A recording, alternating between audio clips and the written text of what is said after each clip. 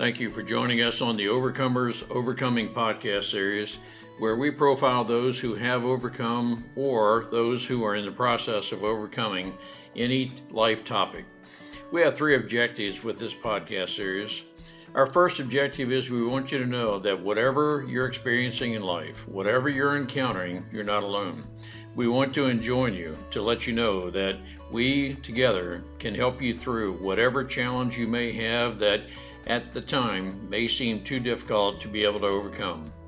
Our second objective is to help you determine with a very confident resolve there are multiple solutions, multiple factors involved in any life encounter.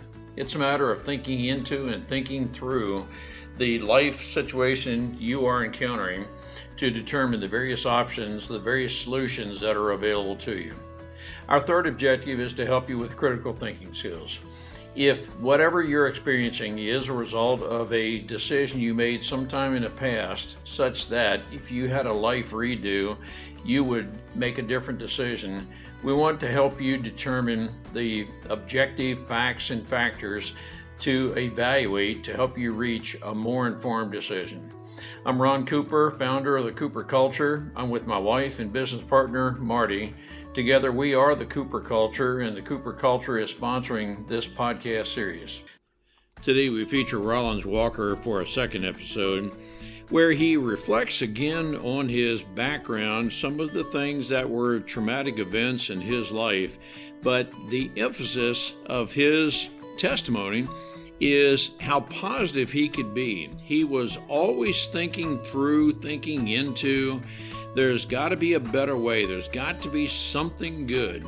He said in his first episode that this will not end well. This meaning some of the things that were going on in the hood. He knew intuitively things would not end well. One of the very admirable aspects of Rollins is he was able to discern and select the very best of what seems to be a bad situation. Marty, what are some takeaways from your perspective our listeners can gain from this? Ron, Rollins talked about relationships and the relationships he had with the different men in his life. The relationships that weren't quite so positive, he would see the situation, look at it, and with critical thinking, even at a young age, he would say, I don't want that life. There is a better life. And then he talked about the men in his life that were very positive and how he appreciated the fact that he knew they cared about him. And from that, I feel that he was saying he took that into his adult life, and he does have a better life now. Let's listen to a continuation of this great story and how he has taken the very best of his life and carrying it forward. Rollins, thank you very much for joining us for the second episode. Brother, we really appreciate your coming back. I want to encourage our listeners to listen to your first episode where you described early life and pretty traumatic events that occurred early in your life, 6 years old, how firebombing in your house, and the other events. But Rollins, you were very descriptive in some ways. It could be some very unstable upbringings early in life. But as I have spoken with you, you appear to be very well adjusted, and nothing of the past is going forward in the future in terms of you're going to do just the way you were raised, because some people would say that's all I knew. But Rollins, what I'm perceiving from conversation with you is you have made a very conscious choice to correct from the past, and where your dad was not involved in your biological dad was not involved in your life, you just intuitively knew, and I'm going to use the word intuitive because you described in your first episode that with drugs, alcohol, and other such things, you knew that was not going to end well. And many people, having been raised in that quote family tradition or in the hood, and that's all you knew, you could just carry forward those type traits. Rollins, thank you for joining us. We're very interested in just how you came about your conviction that dad needs to be involved in the family, that you are what I call a chain breaker. Thank you for joining us. Well, thank you, Marty and Ron, for having me once again. I was looking forward to doing this second episode, and in talking about fathers being involved or not being involved. Like I said earlier, my father, my biological father, was not involved until I was 21, is when I officially met him for the very, very first time. And like I said previously in the first episode, I lost my mother at age, I guess say 12 or 13, which would have been about the 6th or 7th grade. And then, my grandmother taking over at that point, getting me and my other siblings out of foster care and seeing us all finish high school. And I've always, as a kid, used to wonder why my dad wasn't involved and what happened as to reason why he wasn't involved. I had heard stories as a kid from my mother and grandmother, which were not necessarily true. I had heard that, he was just a bum and he was just no good and he was an alcoholic and things of that nature. And I later found out that he was an entrepreneur. He was prior military. And this is after I met him at 21. And at 21, he and I sat down and we had a conversation. And based on the stories I had heard from my mother and grandmother, I could conclude that his story, a part of the story, was true in what he was telling me based on what I had been told. And I had an uncle that had told me some stories about him as well. And so I was fortunate to learn that he wasn't an alcoholic and a bum and so on and so forth. He was an entrepreneur. And my mother, like I said before, she was rambunctious. She lived a very, very, fast life, I guess is the better word. And which caused her demise. Like I said, she was, shot to death or murdered by her boyfriend. And so my dad told me, and I found out that he and her would have arguments all the time, and there would be complications and fights. And they later decide to divorce. And it was, had he not, separated or divorced her, he probably would have gotten a dishonorable discharge from the Air Force. So they ended up divorcing and so on and so forth. And because we moved around so much in my childhood, my mother was very, very unstable and maintaining residency for us. We moved around so much, and he was paying child support through the court systems and what have you. And my mother wouldn't allow him to see me for whatever reasons. And because we moved around so much, the money from the courts, the child support money, they returned it back to him because they didn't know how to locate us because we did move around so much. And I knew those stories to be true because, I would hear my mother talking in the background and they're talking about what was happening. And I remember, one occasion where we were supposed to go to court again to, make some new arrangements. And it was going to be an opportunity for me to see him for the first time because I was a kid when they left, departed or divorced. I was a baby, really. And so I was very, very excited that day that we were supposed to go to court and I was going to get a chance to see him. And something happened. I can't really recall. They canceled it or changed the court date and we never did go. And I remember being extremely disappointed that day. I was probably about the fourth or the fifth grade. I remember really, really being extremely disappointed because I was saying, this is my chance finally to meet my father or my dad. And it didn't happen. And so it didn't happen again. I didn't get the opportunity again until I was 21. And so, like I said, when we met, we had a conversation. He validated some of the things that I had heard, and I let him talk.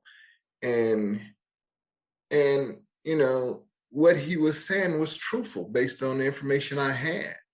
And we developed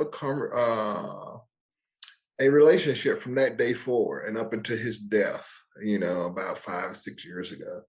So we had from that time forward about a 20-year relationship. That was, I would consider positive for the most part, as positive as it could be for an adult male, meeting their father for the first time. Tell our listeners a little bit about the earlier part in your life. And I'm thinking back to 12, 13 years old when your mom was killed. That certainly was a traumatic event. Your grandmother took over in somewhat of a parenting role. You described in the first episode, she was a very strict lady.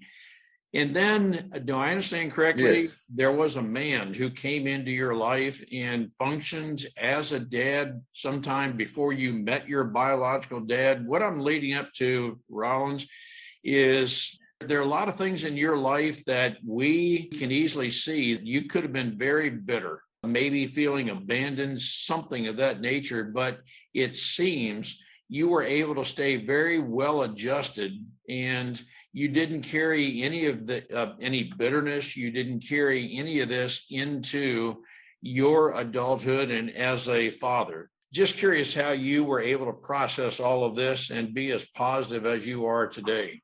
Well, Ron, I tell you, like I said, previously or prior to my grandmother stepping in and getting us out of me and my siblings out of foster care, the last foster home I was in was this very loving couple, and those are the people I call my mother and father to this day.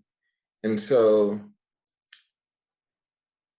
me and my brother were only with them for a very, very short period of time, maybe a little bit over a year, when my grandmother had gone to court and gained custody.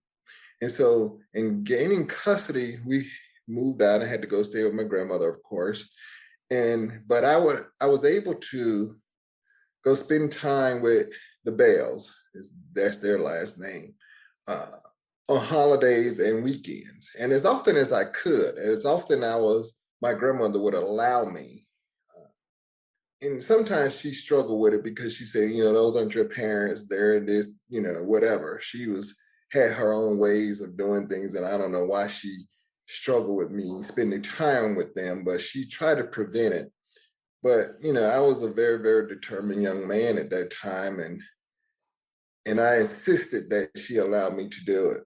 So fortunately, I was able to maintain that relationship with them and spend a lot of time with, my dad, Mr. Bell, and my mom and his wife, Emma.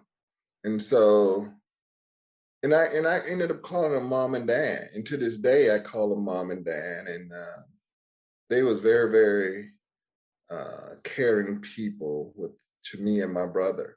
And, and so they was always there in the background, shadowing my grandmother, giving me advice, and just showing me that love and support. And then, of course, like I said before, I was fortunate my grandmother had a home in a neighborhood with working class people. And there were other people, well, one man in particular, and then, he was Mr. Neeson. And Mr. Neeson had a daughter and a son, an older daughter and a son my age. And I spent a lot of time around him and their household. And Mr. Neeson took a lot of time with me, showing me stuff and talking to me about just life. And there were other people that took up time with me. So I was fortunate because I guess I could consider myself a good kid. And, even though I, you know, strayed sometimes and thought about doing things that were probably not in my best interest based on the fact that, I had a lot of influence from my uncle who I talked about before, who was the gangster. And we had spent a lot of time with him, and he had a lot of influence on me. And my oldest brother, who spent all his adult life in jail and ended up dying in jail. And then I thought about those two situations and my mother being murdered. And I just made a decision that that's just not the road or life I wanted to live. So I chose to focus on, my foster parents and their goodness and their kindness, and the people in the neighborhood that took up time with me and said, Rollins, you can do better. And then my grandmother, who was very stern in her rearing of us. And so, like I said before, I was more fearful of her than I was really the law. I mean, because she was a staunch disciplinarian and she influenced me in my direction quite a bit. You've got a phenomenal background and a phenomenal story, Rollins. What I'm hearing is, or the way I'm processing what you're saying is, albeit your grandmother was a staunch disciplinarian, she was a very positive influence in your life. Then Mr. and Mrs. Bale, albeit you had only 1 year with them, that 1 year appears to have been so formative in your life that you referred to them even today as your mom and dad. And that just seems to be a very formative time in your life. Mr. Neese, another person. Am I processing what you're saying, Rollins, that there were relationships, and the key word there, relationships, of the caring people who were so positive with you that overcame whatever negative was happening in your life at the time, that it seems that you're able to process the positive in a way that it just totally outweighs the negative. I'm just processing a lot of what you're saying that could have been a very negative influence in your life, but you apparently did not allow that to happen, possibly because the Bales were such a positive influence along with your mother, albeit possibly in a little bit different way. Am I processing what you're saying somewhat accurately? Yes, you are, Ron. I think my grandmother, like I said, she was 65 when she took in 5 children. And she provided, along with the Bales, uh, provided that stability and that sense of comfort that, all would be well, I guess you might say. Because like I said, we moved around so much. We was constantly moving because my mother just didn't have that stability in her life. And we were being set outdoors or we were just constantly moving because, she didn't pay the rent. And so, going to live with the Bales and then my grandmother taking over provided that stability and that safe haven, I guess you might say. And we were able to see that there was something better. That's the positive thing that I would have to say. Being around the Bales and seeing something different, living in a home with lights, gas, and water, and food on the table every night, and a hot meal, clean clothes to wear, and my grandmother, same thing, a hot meal, just the basic necessities, lights, gas, water, a roof over your head, a permanent roof over your head. And that helped shape and mold me into who I am today. I guess, I just knew I wanted something better than what I had previously experienced from birth to, I guess you could say, age 13 or 14, just seeing all the turmoil and, and getting to a safe place where you didn't have to worry about that, where you didn't have to worry about, you know, waking up in the middle of the night where my mother was fighting her then boyfriend at the time. And, you know, not knowing what's going to happen, she would be ending up carried off to jail for fighting and, doing harm to someone. This was, prior to her demise finally being murdered by her then boyfriend. But there were plenty nights being with her, we would experience that, 2 or 3 o'clock in the morning, being woken up by screams or her fighting and stabbing or shooting someone. And, so I experienced that a lot growing up and with her. And fortunate and unfortunate, when she was murdered, I was in foster care with the Bales at the time. And we had come home from school, me and my brother, and my mom, Emma, my foster mother, Emma, at the time, had called me and my brother up into the bedroom, and she set us on the bed, and she told us that our mother was dead. And I was like, dead, which was very, very shocking.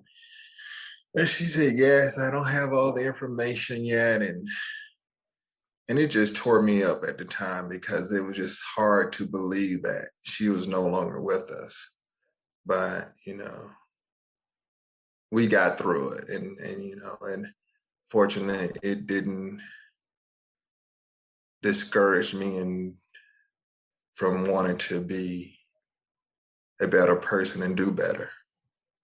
From everything you have described in your life, and there's more adversity in your life than some people have in much longer times of life, it appears to me, Rollins, you are always looking for the positive, something to the effect that there has to be something good, there has to be something better.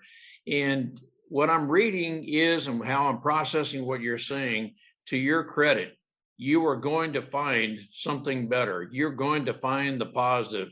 There is an attribute, it is a widely known truth that you will find whatever you're looking for. And if you're focused on the negative, you'll find that. If you're focused on the positive, you may have to look harder, but you'll find that as well. And what I'm processing, Rollins, is that in spite of a lot of adversity in your life, whether you consciously thought this, but I can hear non-verbally, you knew there was something better, and you'll find whatever the good is. That's just something that seems to be ingrained in you. And I don't want to say something that is inaccurate, but that's what I'm processing from you. And that's what our listeners need to hear if in fact I'm processing that correctly. Ron, you are processing it correctly. And like I said earlier, I always try to see the good in everything that was happening, and try to ask myself, what is the lesson and what am I supposed to learn from this? Even though I may have not been the creator of the story. And I don't know where I got that from, Ron. It just, like I say, it was just, I would recite positive affirmations. And I didn't know that's what they were at the time. I didn't know it was an affirmation. I was just trying to be positive. And I would say stuff like, this too will pass. This is not my story. I'm just an actor in the play. And when I get a chance to write my own story, I'll write a better story. And so, and I remember one time because of all the atrocities that we experienced as children, they would send us to be evaluated and sit down in front of counselors. And I guess they was trying to see where our mental health was. And I remember one time they would show us these blotches of ink, and you're supposed to see different things when you look at those blotches. I think they do, I don't know if all kids experience that, but I remember doing that. And it's funny, and I tell this story to my wife, and I've told it to my aunt and some other people. I never saw whatever it was they thought I was supposed to be seeing in the blotches, and and I remember at 10, 11, 12, there was one particular couple of blotches that I saw that I do remember reciting. And she said, Rollins, what do you see here? And I said, I see and it was always black ink in the blotches. And I said, well, I see a beautiful butterfly. And then in one time, there was another, she's like, a butterfly, a beautiful butterfly. I said, yeah. Then in one time, it was like, I said, a beautiful black poodle. And she was like, do you want to look again? And so, but I don't know, I guess I was supposed to see something horrific. I don't know. But I always saw the beauty in the blotches. And I don't know why. That's just what I saw. And I thank, the creator, the universe, that I've always, for allowing me to always have that positive mindset, because I could have saw, I don't know, the bat with dripping, I don't know. But I didn't see the negative. I always saw the positive. And so, I don't know, because nobody never told me to see the positive. Nobody never taught me to see the positive. I just innately did that for whatever reason. And it has helped me and sustained me throughout my years. And I try to see the positive now. And I think sometimes we can get distracted by the negativity and we don't see the positive. And I have to remind myself, remember what got you here. Being positive and seeing the positive. I'm not naive about what is going on, but I always try to concentrate on the positive. And I try to tell people and other people that are going through adversity, you got to find whatever it is that's positive in your life, because through all the negativity, you can always find something positive in it all. You really can. If you look hard enough and think hard enough, you can find a positive. Is there something positive in every situation? Just curious what your thoughts are. Do you know someone who's down, in a funk, just whatever the situation may be, they just need encouragement. They need someone to stand beside them, walk along beside them. They need someone to listen.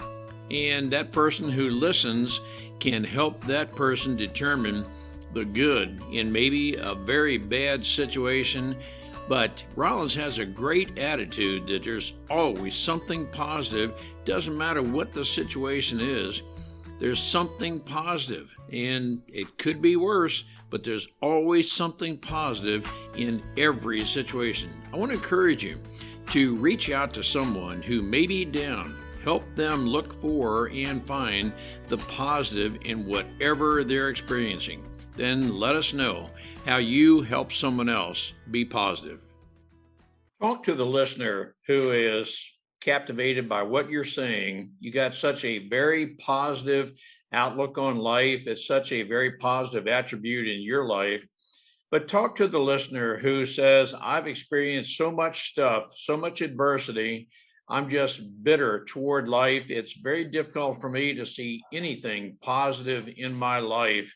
How can I turn things around to have a better attitude? How can I look for the positive when it seems everything in my life is negative? Is it a matter of relationships? Is it affirmations? how can that person be positive? Can you address that person, Rollins? Well, Ron, for me, and it's different for everybody. It really is, because people can say, I know how you feel, or I understand what you're going through. And I try not to say that. I try not to say that because it's just so different for everybody, even though I may have experienced something similar. But what I did, I just embraced what was happening to me and happening around me. I embraced it as a kid and as an adult now. As a kid then, I embraced it, and I looked at it and made an assessment of saying, okay, this is not your fault. It happened, and you got to keep living. You got to keep moving, and it will get better. And so you just have to do a lot of self-positive talk. And sometimes it's very, very challenging to do that.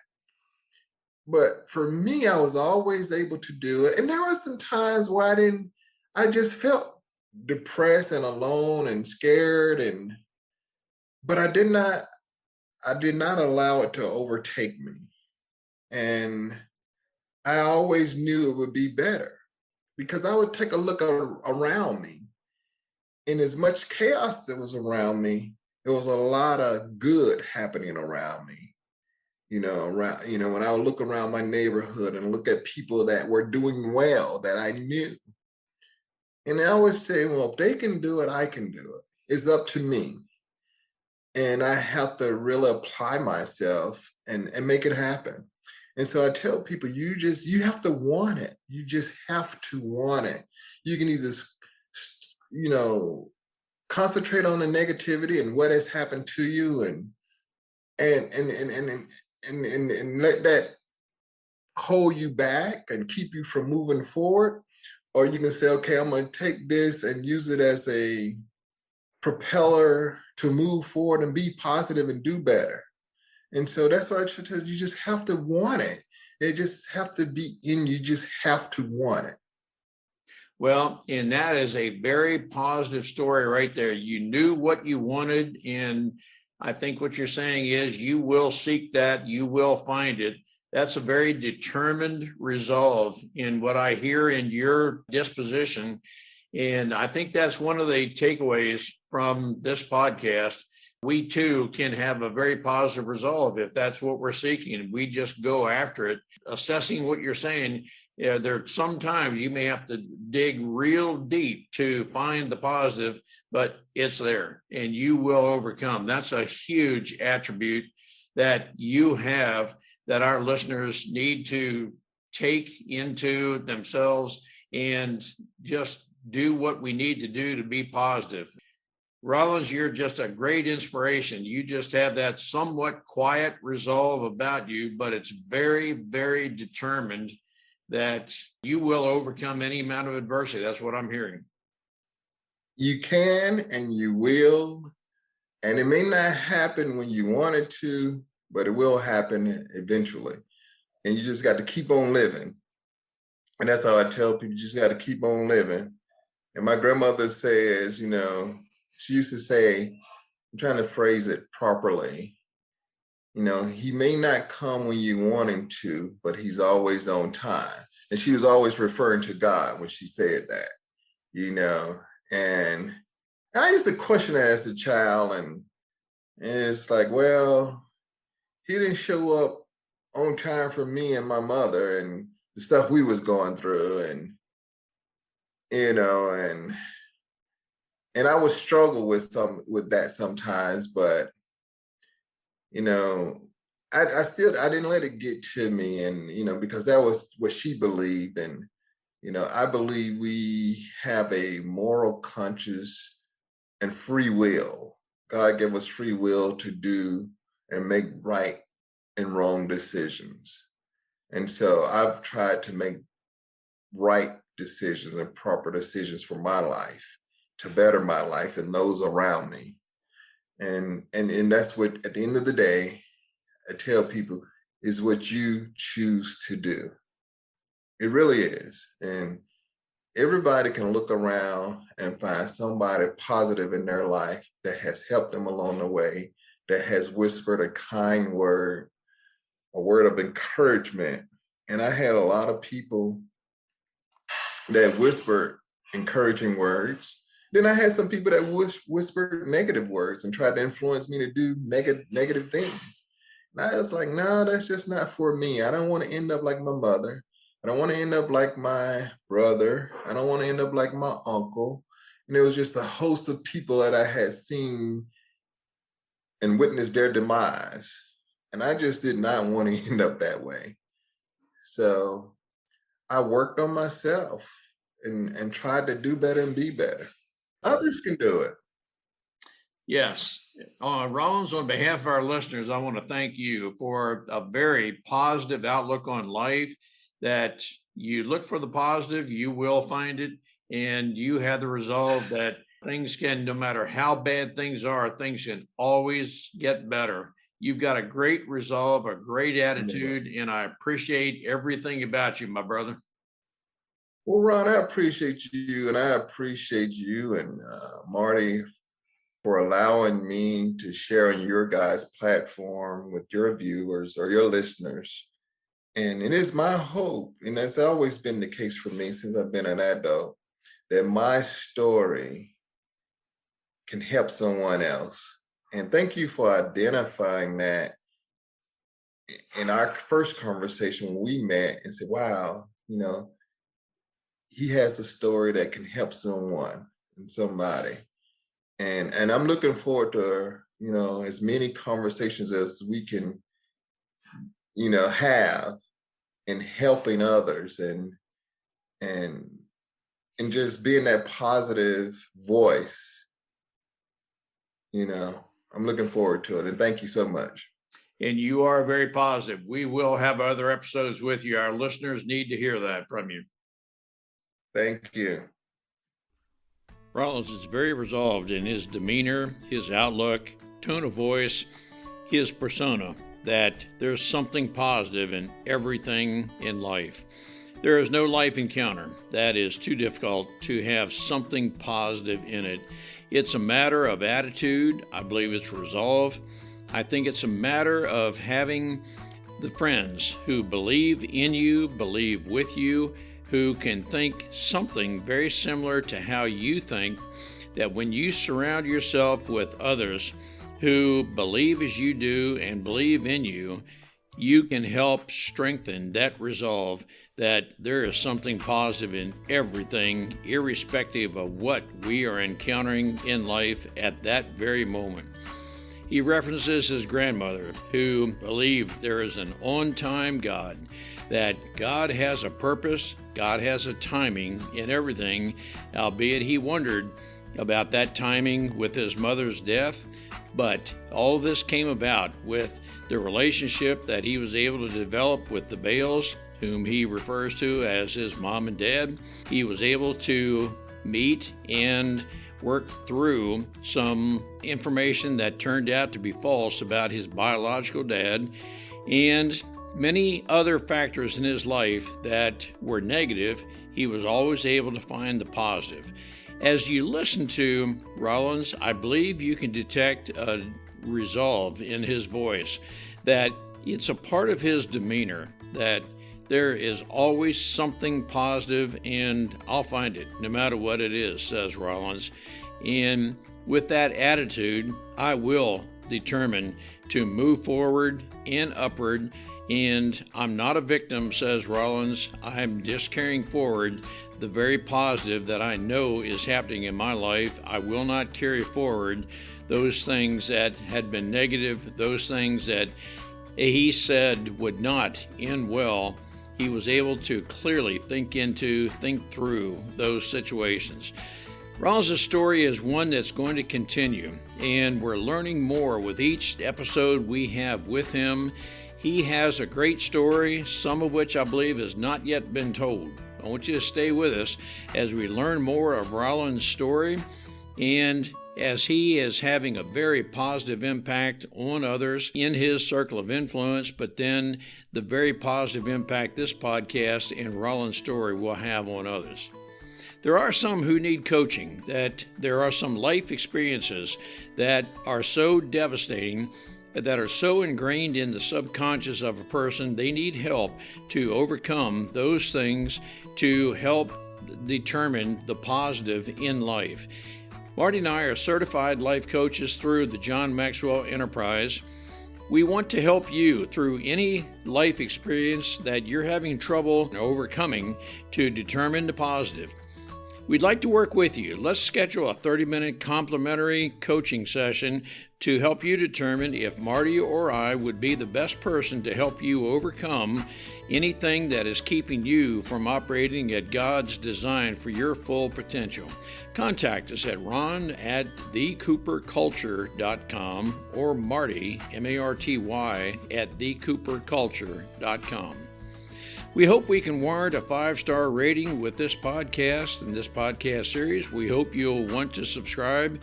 We also hope you'll share this podcast with your circle of friends, your Facebook friends, your LinkedIn connections, your Instagram friends and connections. We hope we can get widespread information out to let others know there's nothing too difficult that together we can't work through whatever you're experiencing and determine the very positive in whatever it is you're going through.